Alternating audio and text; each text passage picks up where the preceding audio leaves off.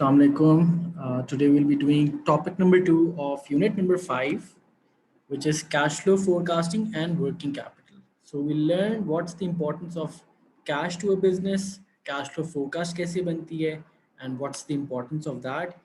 Then how do you amend or calculate simple cash flow movements, and then working capital क्या होता है and how do you calculate it और ये कहाँ कहाँ यूज किया जाता है. ठीक है. So to start off with cash, everyone loves cash as we know, especially businesses क्योंकि उनको cash से ही उनकी payments करनी पड़ती हैं. What is cash flow? The amount of money flowing into, which is cash inflows, and out of a business, which is cash outflow. ठीक है. So there are certain ways जिस तरीके से cash inflows होते हैं into a business, and then expenses होते हैं, payables को pay off करना होता है. Certain ways जिसमें cash outflows हो रहे होते हैं. Similar to your personal examples. ठीक है जी. For example, if you're earning or maybe your parents are earning, ठीक है, वो जो भी income मिलती है, that's cash inflow for them. And when they pay off their expenses, utility bills, your fees, वो आप उनके cash outflows हो रहे होते हैं. So the movement of cash in and out of the business is basically known as cash flow. Why do we say that cash is so important then? Companies don't go bust because they lose money. They go bust because they run out of money. ठीक है. To lose money, that's fine. आप short term में survive भी कर लेंगे. But to run out of money entirely, यानी आपके पास पैसे ना ही होना, that is very important and crucial for the success of business. अगर होंगे तो फिर you will be able to run your business. Otherwise बहुत मुश्किल हो जाएगा आपके लिए survive करना. So cash flow is the most common reason for business failure, and it's a statistic that 70% of businesses that collapse in their first year do so because उनके पास cash इतना नहीं होता. ठीक है. They run out of cash. Banks always request a cash flow forecast as a part of business plan when considering an application for a loan. अगर आप loan के लिए अप्लाई करते हैं, your business, सबसे पहले वो कहेंगे व्हाट्स योर बिजनेस आइडिया, और फिर वो देखेंगे कि यार अच्छा what are your cash flow forecast, क्या आपके पास कैश होगा अवेलेबल या नहीं होगा. ठीक है. Example, business accepts an order for 50,000, it predicts cost of 40,000 and a profit of 10,000. Why might it face cash flow problems in completing the order? So we'll discuss why profit and cash are not the same thing. हो सकता है a profitable company might be having cash flow problems, and we'll discuss that in a while. So first, let's discuss cash inflows. Obviously, the money coming into a business through sales, investments, or financing. जो इसके source होते हैं cash inflows के, they can be multiple. Like cash sales आपने की तो cash आपको मिल गया. Receipts from trade customers, ये कौन होते हैं जी? When you sell goods on credit to someone, then you have to receive money from them later on, maybe 15, 20, 30 days after the transaction. तो जब आप उससे पैसे रिसीव करेंगे, this is known as receipts from trade customers. Sale of spare assets, again you are receiving cash. Investment of share capital, personal funds invested, जो भी inflow हो रहा है into the business, that is a source of cash inflow. Bank, although it's a liability, bank loan जब आप लेंगे, but however this is also the money that you are receiving. Government grants and receipts from factoring, we've already discussed this, debt factoring. Then cash outflows क्या होंगे? Money going out of a business, उसके sources क्या हैं जी? Wages and salaries pay off करनी है, आपने अपने सप्लायर्स को पे करना है for raw materials, for inventory. If you buy any non current asset और फिक्स्ड एसेट, इक्विपमेंट बाय कर रहे हैं, बिल्डिंग बाय कर रहे हैं, you have to pay for that. Interest on bank loan is an expense again. So in broader category all the expenses, and if you have to pay off your liabilities वगैरह. Dividends जब आपने पे of करने, share of profit जिसे कहते हैं. Repayment of loan, जब आप लोन ले रहे थे तो that was a receipt, inflow था. जब आप रीपे करेंगे तो that would be a cash outflow. Then income tax and all sorts of taxes. So what is net cash flow? Net cash flow आपको ये बताएगा कि after subtracting your outflows from inflows, whatever you are left with. ठीक है. For instance जी आपके cash inflows हुए 100, ठीक है, just for the sake of example 100 inflow हुआ, यानी 100 पैसा आपके पास आया, उसमें से आपने लेट से 80 खर्च कर दिया, 80 आउटफ्लो हो गया. So what's the net cash flow? Net cash flow यही बताएगा कि after subtracting your outflows from inflows, what are you left with. तो ये 20 का फिगर होगा जो आपका नेट कैश फ्लो होगा. ठीक है. So this is the difference between a companies cash inflows and outflows within a given time period. So you need to remember the definition as well. ये especially knowledge के points में जब आपको 2 mark का question आता है, ये देखो जब आप एग्जाम सॉल्व करते हैं तो उसमें ऑब्वियसली नॉलेज का पॉइंट लाजमी देना पड़ता है. ठीक है. So you need to be clear कि यार what is this net cash flow then. आपको उसकी प्रॉपर डेफिनेशन आनी चाहिए which is given below. Then there something known as cash flow cycle. क्योंकि देखो पैसा आता है जाता है आता है जाता है, सो it's like a cycle, never ending procedure होता है. फॉर एग्जांपल जी, आपके पास कैश इनफ्लो हुआ, आपने उससे फिर एक्सपेंसेस को पे किया, सप्लायर्स को पे किया, ठीक है. फिर आपने गुड्स एंड सर्विसेज बनाए अपने एक्सपेंस बेयर करके, वही goods and services you will be selling to the market. Market में जब आप सेल करेंगे तो फिर आपके पास कैश आ जाएगा, उस कैश से फिर आप एक्सपेंसेस पे ऑफ करेंगे, कुछ आप री इन्वेस्ट कर देंगे, फिर आप गुड्स बनाएंगे, फिर that will be sold off, फिर you will be receiving cash. So it's like a cycle similar to your personal examples. आपके पेरेंट हर महीने काम करते हैं, यूजली सैलरी बेस्ड होते हैं, ठीक है. उनको हर मंथ सैलरी मिलती है, इनफ्लो होता है, फिर उसी से वो आउटफ्लोज करते हैं, एक्सपेंसेस पे ऑफ करते हैं, and then they are left with something, उनकी सेविंग हो जाती है, फिर वो काम करते हैं, फिर दे अर्न समथिंग, फिर दे स्पेंड मनी, ठीक है. तो it's like a cycle and never ending process. That's the cash flow cycle, ठीक है. Then cash versus profit, we discussed थोड़ा सा स्लाइड्स अगो कि there is a difference between cash and profit. A company earning good profits does not necessarily have a positive or a good healthy cash flow, because there is a difference between cash balance and profit. Cash balance entirely आपकी cash movement से होता है, cash inflows minus cash outflows, whereas profit जो होता है that is incomes minus expenses. So at first look you might be thinking यार ये तो सेम चीजें लग रही हैं, however we'll explain कि ये सेम चीजें क्यों नहीं है.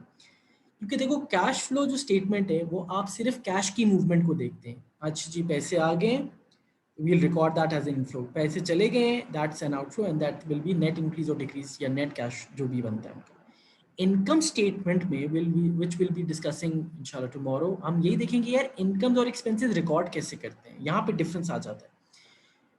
हम इनकम स्टेटमेंट में रेवेन्यूज या इनकम सेम थिंग है, तब रिकॉर्ड कर देते हैं जब आप उसको अर्न कर लेते हैं.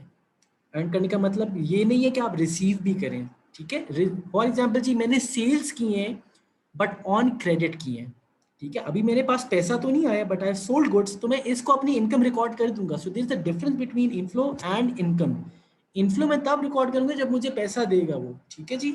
यहाँ पे ये चीजें लाई करती हैं. तो इनकम स्टेटमेंट, जब भी आप इनकम और एक्सपेंसेस रिकॉर्ड करते हैं, आप इनकम को कब रिकॉर्ड कर लेते हैं? When you earn that income. For instance जी, मैं कहता हूँ मैंने आपको मई जून का आपको लेक्चर दिया, ठीक है जी. हो सकता है I haven't received my income, तो मैं उसको कैश फ्लो स्टेटमेंट में नहीं डालूंगा, but since I have earned that income, मैंने आपको सर्विसेज प्रोवाइड कर दिए, तो मैं ये 2 मंथ्स की इनकम अपनी इनकम स्टेटमेंट में शो जरूर करूंगा. So that creates a difference between cash and profit का फिगर, क्योंकि इनकम अफेक्ट प्रॉफिट. प्रॉफिट कैसे आता है जी? Income minus expenses. इसी तरह एक्सपेंसेस के साथ क्या केस है? आप एक्सपेंस को तब रिकॉर्ड कर देंगे इनकम स्टेटमेंट में जब आप इनकर कर लेंगे. Expense does not necessarily mean कि जब आप पे करेंगे. क्या मतलब है जी? फॉर एग्जांपल रेंट पे रहते हैं, ठीक है जी, बिजनेस रेंट पे है, मई और जून अगेन सेम एग्जांपल, आपने रह लिया but you haven't paid the rent. क्योंकि आपने पे नहीं किया तो आप कैश फ्लो स्टेटमेंट में वो चीज डालोगे नहीं, क्योंकि आउटफ्लो तो नहीं हुआ. हाउएवर, क्योंकि एक्सपेंस इनकर हो चुका है मई और जून का, राइट, तो I will be including that expense in my income statement. So income statement में you do not look at the movement of cash. Cash flow अपनी जगह होगा, that is cash flow statement में उसकी. इनकम स्टेटमेंट में आप income को तब रिकॉर्ड कर देंगे जब अर्न कर लिया, regardless of whether you have received it और नॉट. और एक्सपेंसेस को तब रिकॉर्ड कर लेंगे when ever you have incurred it, regardless of if you have paid it or not. So that creates a difference between cash and profit. That's why a company earning a good profit might not be having good cash, and vice versa. So you see, good cash flow does not mean necessarily mean profit. You may have enough money to pay the bills, but if it is taken from loans or your own pocket, it is not profit. So there's the difference between cash and profit. अच्छा, then cash flow statement versus cash flow forecast statement. Cash flow statement तो आपको present overview दे रहा होगा कि अच्छा जी इतने inflow हुए, इतने आउटफ्लो हुए, this is the net cash flow, whatever movements of cash it's showing, जो भी प्रेजेंटली हो रहा है. Cash flow forecast on the other hand, as the name forecast suggest, कि ये एक फ्यूचर प्रेडिक्शन होती है कि यार इतने फ्यूचर में हमारे इनफ्लोज हो सकते हैं एंड इतने फ्यूचर में आउटफ्लोज हो सकते हैं. सो बेसिकली फोरकास्ट करने का मकसद ये होता है so that you can plan accordingly. If you need finances and you can see कि यार मेरे आउटफ्लोज आगे ज़्यादा होने हैं, let's see your gearing up for big investment, और आपको नजर आ रहा है कि यार in the few months, upcoming months हमारे जो हैं आउटफ्लो ज्यादा होंगे तो you might be needing finance for that, ठीक है जी। तो फोरकास्ट आपको फ्यूचर की सिचुएशन देता है, उसमें एस्टिमेटेड फिगर्स होते हैं इनफ्लोज एंड आउटफ्लोज के, ठीक है। That's the difference between normal cash flow statement जो कि आपकी प्रेजेंट सिचुएशन को शो कर रहा होता है एंड कैश फ्लो प्रोजेक्शन और forecast statement. Why do we do cash flow forecasting? Helps the business to plan ahead for future finances, as we've already discussed. Helps to identify potential problems and months when the business will have a cash shortfall. उसलिए वो further arrangements कर सकते हैं. Firms can then make changes to improve cash flow. Cash flow forecast will be needed, and it will be needed to obtain bank loans or any finance from any investor, ठीक है। वो आपको cash flow projections ही देख रहा होगा कि यार आगे इनके पास कैश होगा भी कि नहीं, ठीक है। So this is an example of cash flow forecast statement. आपको क्वेश्चन में ये चीज आ सकती है, ठीक है। So try to understand the concept कि होता क्या एक्चुअली, ठीक है जी। I will go over the 3 months. जनवरी में आपकी इनफ्लोज हैं 15,500, यानी आपको यहाँ ये सारे इनफ्लोज हुए।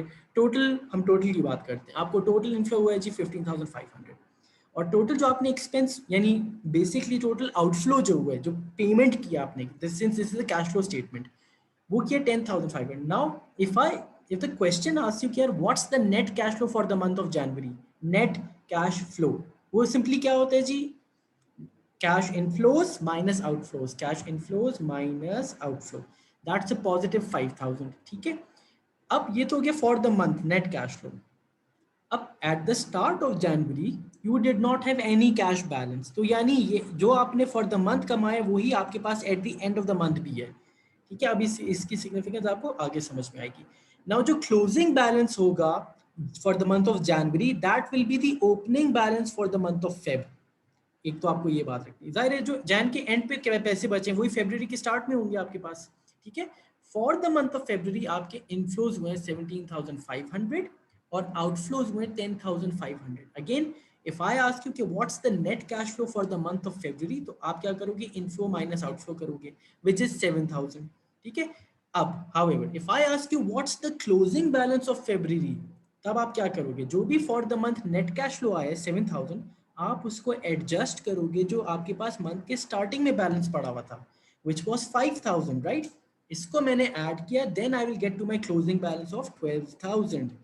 सो यू गेट द पॉइंट। अब फरवरी का जो क्लोजिंग बैलेंस है that will be automatically the opening balance of March.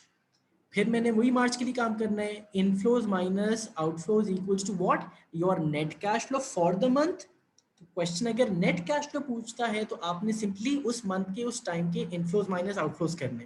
But if the question ask यार क्लोजिंग बैलेंस कितना है, तो फिर you need to adjust your opening balance which is 12,000, और जो आपने ड्यूरिंग द मंथ कमाया which is 7,000, 7,000 plus 12,000 equals to your closing balance of 19,000। So again 19,000 for the month of April, ये एक ओपनिंग बैलेंस बनेगा। जो मार्च के एंड पे है वही बैलेंस आपका अप्रैल के स्टार्ट में है। So that's the difference between net cash flow and the closing balances. Closing balances में आप नेट कैश फ्लो को एडजस्ट करते हैं इन योर ओपनिंग बैलेंसेस, ठीक है। So that's how you make your cash flow statement. ये simple वाली example है। फोरकास्ट क्यों कह रही है, क्योंकि फॉर द अपकमिंग मंथ्स आप बना रहे होते हैं। So, how to overcome common cash flow problems? अब we'll be discussing common problems होती क्या है जिससे कैश आपका ज़्यादा चला जाता है। High overhead cost. Overhead cost कहते हैं indirect cost which are not related to your product directly. For example, rent है, इलेक्ट्रिसिटी है, टेलीफोन है। अब ये वो वाले कॉस्ट होते हैं जो मैं डायरेक्टली नहीं बता सकता कि यार इस पर्टिकुलर प्रोडक्ट पे कितना लगा हुआ है। सोल्यूशन क्या है जी, simplest way is to address this issue is to review your expenses. क्या for example you might be renting a place at a very expensive location, so you might be shifting, ठीक है जी, to somewhere which is less expensive or cheaper maybe। आप क्या करते हैं, आप अपने unnecessary overhead को identify करें and then try to cut down on those ताकि आपका कैश बचे। then net 30 plus payment terms, इसमें क्या होता है जी दो तरीके।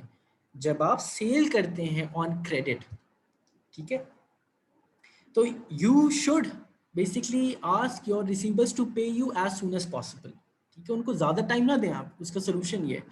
और जब आप अपने पेबल से बाय करते हैं ऑन क्रेडिट, यानी जिसको आपने पैसे देने हैं, so you should try to figure out a way जिसमें आप उनको काफ़ी टाइम बाद पेमेंट करें, ठीक है। तो दिस क्रिएट्स अ गैप। यहाँ पे आपके पास कैश होल्ड करने के लिए ज़्यादा टाइम आ जाता है, ठीक है। जहाँ जिससे रिसीव करने जो आपका रिसीवेबल है उससे आप जल्दी रिसीव कीजिए, और जिसको आपने पे करने जो आपका पेबल है उससे आप थोड़ा बहुत ज़्यादा टाइम लीजिए, so that you can at least have that cash to be used elsewhere, ठीक है जी। सो प्रॉब्लम क्या हो सकती है छोटे बिजनेसेस के लिए? प्रॉब्लम ये हो सकती है कि if it's giving too much time to the receivables, कि यार अच्छा आप मुझे 2-3 महीने बाद पेमेंट करना, तो देखो उनके पास कैश जल्दी नहीं आएगा, they might be facing problems then. Solution क्या है जी? आप जल्दी रिसीव कीजिए और थोड़ा डिले करके पेमेंट कीजिए। Then insufficient profit margins, again profit margin the cash, हमने ये बात की थी कि एग्जैक्टली सेम चीज नहीं है, हाउएवर बहुत सारी फिगर सेम भी होती है, ठीक है जी। सो आप if you have more profit margin, इसका मतलब है नॉर्मली आपके पास कैश फ्लो की सिचुएशन भी अच्छी होगी, ठीक है जी। So even if your sales are growing in the past recent months, you can still face problems, why? क्योंकि you might be selling on credit, remember, तो कैश तो आई नहीं आपके पास। In order to register numbers on the top line of their books, many small businesses owners sell their products और service at a bargain, leading to low और even negative margins, यानी वो कम प्राइस पे भी सेल कर देते हैं। Solution क्या है जी? Avoid this problem is to audit all your goods and services and determine all the cost, यानी आप जो प्राइसिंग सेट करें उसमें सारी कॉस्ट कवर करनी चाहिए, ठीक है। For example if I calculate, यार मुझे एक गुड पे $10 लगता है, so I should sell this at $15 और $12 मिनिमम, ठीक है जी। यहाँ पे आपकी प्रॉफिट मार्जिन जरूर रखिए। Excess inventory, do not invest in excess inventory जो कि बिके ही ना फिर। हमेशा आप अपनी सोल्यूशन क्या है जी? डिमांड को अच्छे से गेज कीजिए एंड देन सी के how much inventory do I need, कितनी बिक सकती है, ठीक है। अदरवाइज देखो अगर एक्सेस इन्वेंट्री पड़ी हुई है, बिक नहीं रही, तो दिस मीन्स कि आपकी इन्वेस्टमेंट यूजलेस चली गई है। आपने जो कैश पे किया था इन्वेंट्री बाय करने के लिए वो बस फंस गई है, क्योंकि your inventory is not being sold. तो होगा क्या? अल्टीमेटली आपको फिर वो डिस्काउंट्स पे या प्रोमोशनल प्राइसिंग करके वो चीज़ें सेल ऑफ करनी पड़ेंगी, which is a loss for you again, आपको कम कैश मिल रहा होगा और you might not be able to sell it. तो आप उतनी इन्वेंट्री, जिसे कहते हैं इन्वेंट्री मैनेजमेंट, लीन प्रोडक्शन, इतनी जस्ट इन टाइम ये चीज़ें अप्लाई करें, ठीक है, सो दैट आप इन्वेंट्री में ज़्यादा खर्च ना करें, उतना ही करें जितना रिक्वायर्ड है। Then excessive bad debt, bad debt क्या होता है? जब आपके कस्टमर्स, जो क्रेडिट कस्टमर्स होते हैं, रिसीवर्स होते हैं, दे फेल टू पे यू, ठीक है जी। इस केस में क्या होगा? जो पैसे रिसीव आपने करने थे, you are not no longer getting. तो जब भी आप किसी को क्रेडिट टर्म्स पे डील करें, always look at the credit history of your client. क्या ये टाइमली पेमेंट कर देता है? क्या ये डिफॉल्ट तो नहीं करता? तो इसका सोल्यूशन है कि आप सिर्फ उसको क्रेडिट बेस पे दें जिसकी क्रेडिट हिस्ट्री पॉजिटिव है, अच्छी है। जिसकी क्रेडिट हिस्ट्री अच्छी नहीं है, यू माइट से कि यार आपसे हम कैश पे ट्रांजैक्शन करेंगे। For example if I sell goods to you, you have to pay me cash here and now, I am not selling you on credit terms, ठीक है। These were some of the problems जिनके solution भी हमने discuss कर लिए हैं। Then working capital, working capital का formula जो है that is current assets minus current liabilities equals to working capital. अब करंट एसेट्स और करंट लाइबिलिटीज क्या होते हैं? करंट एसेट्स वो होते हैं जो कि या तो कैश होते हैं, या those assets which the company owns are expected to be turn into cash within 1 year, ठीक है। यानी ये वो चीज़ें जो बिजनेस ओन करती है, और ये वो चीज़ है जो बिजनेस को पे बैक करना है, इट्स एन ऑब्लिगेशन। तो after paying off your short term, current कहते हैं शॉर्ट टर्म को, शॉर्ट टर्म लाइबिलिटीज पे करने के बाद आपके पास क्या बचता है? That is your working capital, ठीक है। ज्यादा होना अच्छी बात है, क्योंकि देखो let's say if this was also 100 and this is also 100, यानी as soon as I pay my liabilities, current liabilities, I have nothing left, which is very risky for the business. So इसमें liquidity management, account receivable management, basically सारी current assets की management और current liabilities की management. So ways to use working capital, कहाँ कहाँ use करते हैं आप? मेक पेमेंट्स ऑन टाइम, आपके पास होगा वर्किंग कैपिटल तो आप पेमेंट्स ऑन टाइम कर सकते हैं। लर्न टू स्टॉक थिंग्स, आप use the money when urgent, if you have कोई भी अनफोर्सीन सर्कमस्टांसेस बन सकते हैं आपके पास जहाँ पे यू नीड मनी अर्जेंटली। तो अगर आपके पास फेवरेबल वर्किंग कैपिटल है, यानी after paying off your short term obligation, short term liabilities, if you have something left, तब ये काम आ सकता है। फिर आप अपने लेबरर्स, यानी क्वालिटी लेबरर्स का मतलब है आप उनको अच्छी वेज भी पे कर सकते हैं, and operations day to day running के लिए दिस इज वेरी सफिशिएंट, ठीक है जी। If you have enough working capital, क्योंकि देखो बात क्या है, आपने अपनी ऑब्लिगेशंस को तो पे ऑफ करनी है, करंट लाइबिलिटीज को। करंट लाइबिलिटीज कौन होती है? जिसको आपने पे बैक करना है विद इन 1 ईयर, तो आपने उनको पे ऑफ तो करना ही करना है, ठीक है। उसके बाद आपके पास जो भी बचता है that is for the running of the business, या कोई अर्जेंट सिचुएशन आ जाती है तो उसमें you can use the remaining current assets, वहाँ पे आप यूज़ कर सकते हैं, ठीक है। तो किसी अर्जेंट सिचुएशन में या ऑपरेशंस के लिए, तो that is where you can use your working capital. Higher the better, but बहुत ज़्यादा हाई भी ना हो, इसका मतलब ये होगा कि आप अपने करंट एसेट्स को एफिशिएंटली नहीं यूज़ करते। So again more of that in the ratios वाला टॉपिक जो कि इसी चैप्टर का पार्ट होगा। So tomorrow will be discussing income statement and probably balance sheet भी साथ ही डिस्कस कर लेंगे, क्योंकि वही दो फाइनेंशियल स्टेटमेंट्स हैं जो आपकी और कैश फ्लो स्टेटमेंट हम ऑलरेडी कर चुके हैं। 3 स्टेटमेंट्स हैं जो आपको हो सकता है बनाना नहीं आएगी, ठीक है जी। You won't be asked to draw up a whole income statement, you just need to see यार how do you read those statements. जैसे हमने कैश फ्लो फोरकास्ट की बात की, that's how you read it. तो आपको हो सकता है फॉर एग्जांपल वो ये यहाँ पे एक्स दे दे, क्या calculate the value of X if you have seen in past papers as well, इस तरीके की चीज़ें, तो आपसे वहाँ से डिडक्शन करनी होती है, डिड्यूस करनी होती है चीज़ें, ठीक है। So the rest of the two statements मेरे ख्याल है income statement and balance sheet, statement of financial position जिसे कहते हैं, वो हमारा नेक्स्ट टारगेट होगा। So I will see you then, take care, अल्लाह हाफिज़।